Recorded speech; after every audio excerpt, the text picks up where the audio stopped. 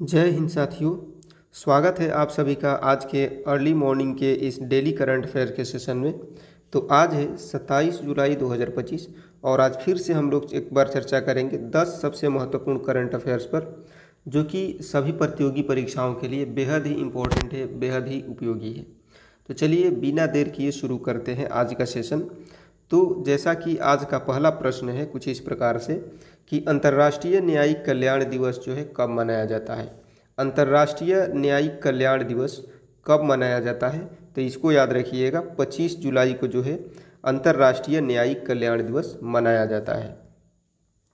अंतर्राष्ट्रीय न्यायिक कल्याण दिवस की अगर बात करें तो यह दिवस जो है 2025 से शुरू हुआ है। इसकी शुरुआत संयुक्त राष्ट्र महासभा के प्रस्ताव से हुई थी। इसका उद्देश्य क्या है, तो इसका उद्देश्य है जजों और मजिस्ट्रेटों के मानसिक, शारीरिक और भावनात्मक स्वास्थ्य पर ध्यान देना। नौरू घोषणा से इस दिवस की नींव रखी गई, जिसे 2024 में अपनाया गया। इस दिवस का समर्थन दुनिया भर के 71 देशों ने किया। संयुक्त राष्ट्र ने इसे आधिकारिक मान्यता दी है। कई देशों में ऐसे दिवस नहीं मनाए जाते। भारत समेत दुनिया के कई देशों के लिए यह एक नई पहल है। न्यायपालिका के कल्याण का महत्व पहले अंतर्राष्ट्रीय स्तर पर अनदेखा था, अब इसे वैश्विक पहचान जाकर के मिली है, तो इसको आपको याद रखना है। ठीक है, चलिए बहुत अच्छी बात है। बढ़ते हैं आज के अगले प्रश्न की तरफ। तो आज का अगला प्रश्न है, हाल ही में डीआरडीओ ने UAV launched precision guided missile विक 3 का सफल परीक्षण कहाँ किया है। हाल ही में डीआरडीओ ने UAV launched precision guided missile विक 3 का सफल परीक्षण जो है कहाँ किया है, तो इसको याद रखिएगा कर्नूल आंध्र प्रदेश में। कहाँ पर? आंध्र प्रदेश के कर्नूल में। ठीक है, देखिए डीआरडीओ ने UAV launched precision guided missile V3 जो है इसका सफल परीक्षण कर्नूल आंध्र प्रदेश के नेशनल ओपन एरिया रेंज में किया। यह मिसाइल ड्रोन से लॉन्च की जाती है, जिससे दुश्मनों को दूर से निशाना बनाया जा सकता है। मिसाइल का विकास डीआरडीओ और भारतीय startup news space research technologies Bengaluru ने मिलकर के किया। इसके पास 3 तरह के वॉरहेड विकल्प है: टैंक या आर्मर को नष्ट करना, बंकर तोड़ना और बड़े क्षेत्र को नुकसान पहुंचाना। मिसाइल जो है दिन रात और समतल व ऊंचे इलाकों में अपना काम कर सकती है। डीआरडीओ जो है पहले भी कई मिसाइलों के सफल परीक्षण कर चुका है, लेकिन पहली बार इतना एडवांस ड्रोन लॉन्च मिसाइल विकसित की गई है। भारत अब अमेरिका, इजराइल जैसे देशों की श्रेणी में कदम रख रहा है, जहां यूएवी लॉन्च्ड प्रिसीजन गाइडेड मिसाइलें ऑपरेशनल हैं। इस सफलता से भारतीय सेना की मारक क्षमता और टेक्नोलॉजी आत्मनिर्भरता दोनों को मजबूती मिली है। तो इस सभी बातों को आपको ध्यान रखना है। आज के अगले प्रश्न की अगर बात की जाए तो आज का अगला प्रश्न है कि हाल ही में global democratic leader approval ratings में शीर्ष स्थान किसने प्राप्त किया। हाल ही में global democratic leader approval ratings में जो है शीर्ष स्थान किसने प्राप्त किया, इसको याद रखिएगा नरेंद्र मोदी ने। किसने? नरेंद्र मोदी ने। 2025 की हालिया global democratic leader approval rating जो है इसमें प्रधानमंत्री नरेंद्र मोदी शीर्ष पर रहे हैं। उन्हें 75% अनुमोदन मिला, यानी कि 100 में से 75 लोग उनके नेतृत्व से संतुष्ट हैं।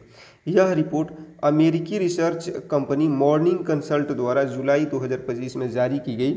मोदी के बाद दूसरे स्थान पर दक्षिण कोरिया का राष्ट्रपति ली जे मायंग जो हैं, और फिर अर्जेंटीना के राष्ट्रपति जावियर मिली रहे। ट्रंप जो है अमेरिका के, ये 8वें स्थान पर रहे, जिनका अप्रूवल 44% था। मोदी का रिकॉर्ड लगातार कई वर्षों से शीर्ष पर बना हुआ है। वे 2021 से लीड कर रहे हैं। दुनिया के अन्य लोकतांत्रिक नेताओं की तुलना में मोदी जी को सबसे ज़्यादा सकारात्मक जनमत मिला।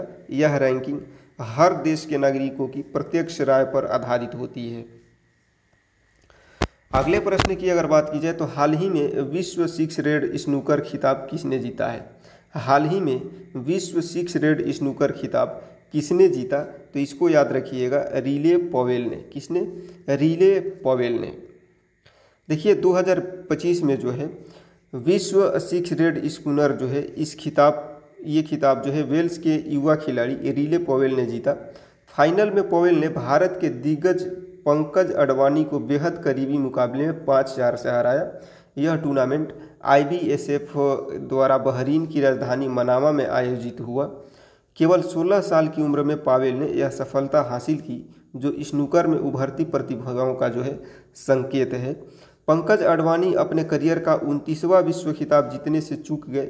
भारत इस स्पर्धा में लगातार मजबूत प्रदर्शन कर रहा है, लेकिन इस बार खिताब वेल्स को मिला है। IBSF वर्ल्ड 6 रेड स्नूकर विश्व स्तर पर जो है सबसे प्रतिष्ठित शॉर्ट फॉर्मेट टाइटल में से एक है। वह पहली बार है जब इतना युवा खिलाड़ी फाइनल में दिग्गज को हरा करके चैंपियन बना है, तो इसको आपको याद रखना है। ये है रिले पॉवेल, ठीक है। चलिए बात किया जाए अगर अगले प्रश्न की, तो अगला प्रश्न है कि हाल ही में किस कंपनी के CEO आधिकारिक रूप से बिलियनियर्स की सूची में शामिल हुए हैं। हाल ही में किस कंपनी के CEO आधिकारिक रूप से बिलियनियर्स की सूची में शामिल हुए हैं, तो इसको याद रखिएगा, अल्फ़ाबेट यानी कि गूगल के CEO। देखिए हाल ही में जो है अल्फ़ाबेट दैट मीन्स कि गूगल, इनके CEO जो कि सुंदर पिचाई है, आधिकारिक तौर पर बिलियनियर्स क्लब में जो है शामिल हुए हैं। उनकी कुल संपत्ति जो है $1.1 बिलियन यानी कि लगभग 9100 करोड़ के पार पहुंच गई है। यह मेनली अल्फ़ाबेट के शेयर मूल्य में ज़बरदस्त वृद्धि और AI में बड़े निवेश के कारण हुआ है। पिचाई ने अपनी संपत्ति लीडरशिप और दीर्घकालिक रणनीति से बनाई। वे कंपनी के संस्थापक नहीं हैं। 2025 के फोर्ब्स अरबपतियों की लिस्ट में 247 नए नाम जुड़े हैं। सुंदर पिचाई उन्हीं में से जो है एक हैं। भारत के मूल निवासी पिचाई युवाओं के लिए बड़ी प्रेरणा माने जाते हैं। फोर्ब्स वर्ल्ड बिलियनियर्स लिस्ट हर साल प्रकाशित होती है। 2025 में कुल 3028 अरबपति हैं। वैसे टॉप 10 में टेस्ला के एलन मस्क, मेटा के जुगरबर्ग जैसी कंपनियों के CEO पहले से शामिल हैं, लेकिन पिचाई जो है पहली बार इस सूची का हिस्सा बने हैं। तो इन सभी बातों को आपको ध्यान रखना है, ठीक है। चलिए अगला प्रश्न है कि हाल ही में किस देश ने फिलिस्तीन को स्वतंत्र देश के रूप में मान्यता देने की घोषणा किया है। हाल ही में किस देश ने फिलिस्तीन को स्वतंत्र देश के रूप में मान्यता देने की घोषणा किया है, तो इसको याद रखिएगा, फ्रांस ने। किसने? फ्रांस ने। देखिए फ्रांस जो है इसने घोषणा किया है कि वह सितंबर 2025 में फिलिस्तीन को स्वतंत्र देश के रूप में आधिकारिक मान्यता देगा। यह निर्णय फ्रांस को पहला G7 देश बनाता है जो फिलिस्तीन को मान्यता देता है। यह ऐलान फ्रांसीसी राष्ट्रपति इमैनुअल मैक्रों ने किया, जो मध्य पूर्व शांति प्रक्रिया में बड़ा बदलाव है। फिलहाल 147 देशों ने फिलिस्तीन को स्वतंत्र राष्ट्र के रूप में मान्यता दी है, जो संयुक्त राष्ट्र के 75% सदस्यों के बराबर है। अमेरिका, ब्रिटेन और अधिकतर G7 देशों ने अब तक फिलिस्तीन को औपचारिक मान्यता नहीं दी। यह कदम गाजा में जारी हिंसा और क्षेत्रीय शांति की चिंताओं के बीच आया है। फ्रांस के इस फैसले का इजराइल और अमेरिका ने विरोध किया है, जबकि कई यूरोपीय देशों ने समर्थन दिया है, ठीक है। तो इन सभी बातों को आपको ध्यान रखना है। ये है फ्रांस के जो है फ्रांसीसी राष्ट्रपति जो है इमैनुअल मैक्रों, तो इनको आप देख सकते हैं। बढ़ते हैं अगले प्रश्न की तरफ। आज का अगला प्रश्न है कि हाल ही में पेन अनुवाद पुरस्कार किसने जीता है। हाल ही में पेन अनुवाद पुरस्कार जो है किसने जीता है, तो इसको याद रखिएगा, गीतांजलि श्री ने। किन्होंने जीता है? गीतांजलि श्री ने पेन अनुवाद पुरस्कार जीता है। देखिए 2025 में जो है पेन अनुवाद पुरस्कार भारतीय लेखिका गीतांजलि श्री को उनकी हिंदी किताब वंस एलिफेंट्स लिव्ड हियर के अंग्रेजी अनुवाद के लिए मिला है।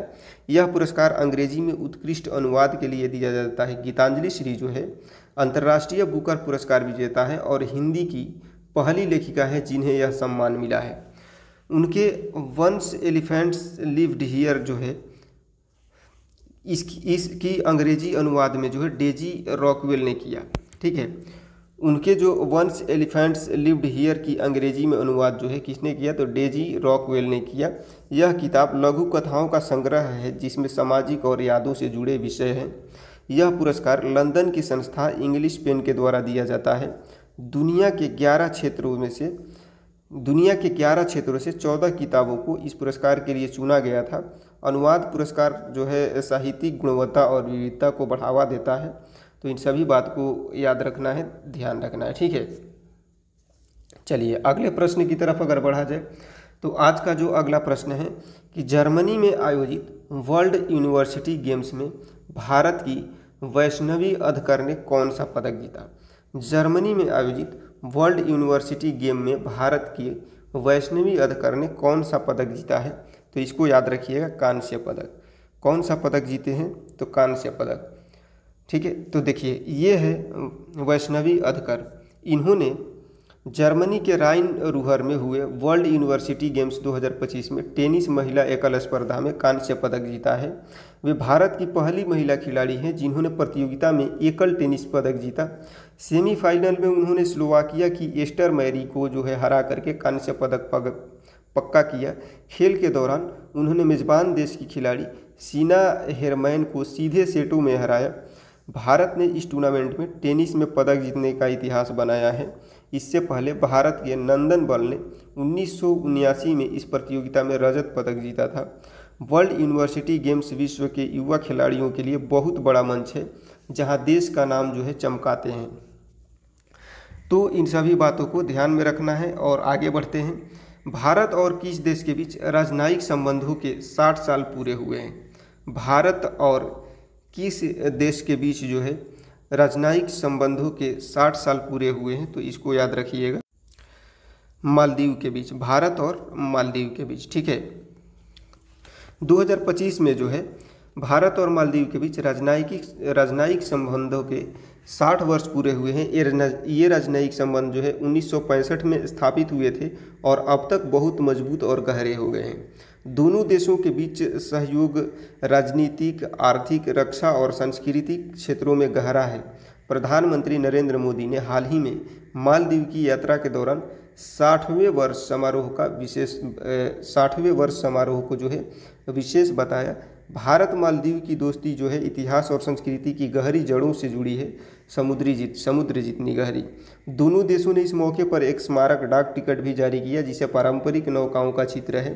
भारत की नेबरहुड फर्स्ट नीति में मालदीव को खास महत्व मिला है और दोनों देश क्षेत्रीय शांति के लिए मिलकर काम करते हैं। यह 60 साल की साझेदारी भारत के और आसपास के क्षेत्रीय देशों के साथ दोस्ताना संबंधों का उदाहरण है। तो इसको आपको ध्यान रखना है। आज का अगला और आखिरी प्रश्न है कि भारत सरकार ने किस देश के साथ हाल ही में फ्री ट्रेड एग्रीमेंट को मंजूरी दिया है। भारत सरकार ने किस देश के साथ हाल ही में फ्री ट्रेड एग्रीमेंट को मंजूरी दिया है, तो इसको ध्यान रखिए। यूनाइटेड किंगडम यानी कि ब्रिटेन को, ठीक है। यूनाइटेड किंगडम यानी कि ब्रिटेन के साथ जो है फ्री ट्रेड एग्रीमेंट को मंजूरी दिया गया है। देखिए भारत और ब्रिटेन ने जुलाई 2025 में एक ऐतिहासिक फ्री ट्रेड एग्रीमेंट पर जो है हस्ताक्षर किए। इसे comprehensive economic and trade agreement भी कहा जाता है। इस समझौते से भारत में कृषि, वस्त्र, इंजीनियरिंग, इलेक्ट्रॉनिक्स, फार्मास्यूटिकल्स समेत कई क्षेत्र जो है ब्रिटेन के बाज़ारों में बिना टैक्स के पहुंचेंगे, ठीक है। लगभग 99% भारतीय निर्यात पर जो है ब्रिटेन में ड्यूटी फ्री एक्सेस मिलेगी। इससे भारत के किसान, छोटे उद्योग, मछुआरे और स्टार्टअप्स को बड़ा फ़ायदा होगा। समझौते से भारत ब्रिटेन के व्यापार में वृद्धि होगी और दोनों देशों के बीच जो है आर्थिक रिश्ते मजबूत होंगे। यह डील ब्रिटेन के लिए अहम है क्योंकि इससे उनकी अर्थव्यवस्था को नई ताकत मिलेगी। भारत की मेक इन इंडिया और वोकल फॉर लोकल नीतियों को वैश्विक बाजार में बढ़ावा मिलेगा। तो इन सभी बातों को ध्यान में रखना है। तो उम्मीद करता हूं कि आज के सारे प्रश्न जो है आपको बेहतर तरीके से जो है समझ में आ गए होंगे। जैसा कि मैंने बहुत अच्छे से आपको समझाने का प्रयास किया, जो भी आर्टिकल था, जो भी प्रश्न था। तो प्रश्न तो बनाना एक बहाना होता है, उसके माध्यम से हम लोग एक पूरे आर्टिकल को समझते हैं। तो क्लास आपको कैसा लगा कमेंट सेक्शन में मेंशन करना ना भूलें। अगर अच्छा लगा हो तो लाइक करें और हेल्पफुल लगा हो, आपको लगता है कि ये उपयोगी है, तो अपने दोस्तों को भी शेयर करें ताकि वो भी इसका जो है लाभ उठा सके। और यदि आप हमारे चैनल पर नए हैं और आपको लगता है कि आपकी प्रतियोगी परीक्षा की तैयारी को हम और बेहतर बना सकते हैं, तो चैनल को सब्सक्राइब करना ना भूलें। मिलते हैं आपसे नेक्स्ट क्लास में, तब तक के लिए जय हिंद।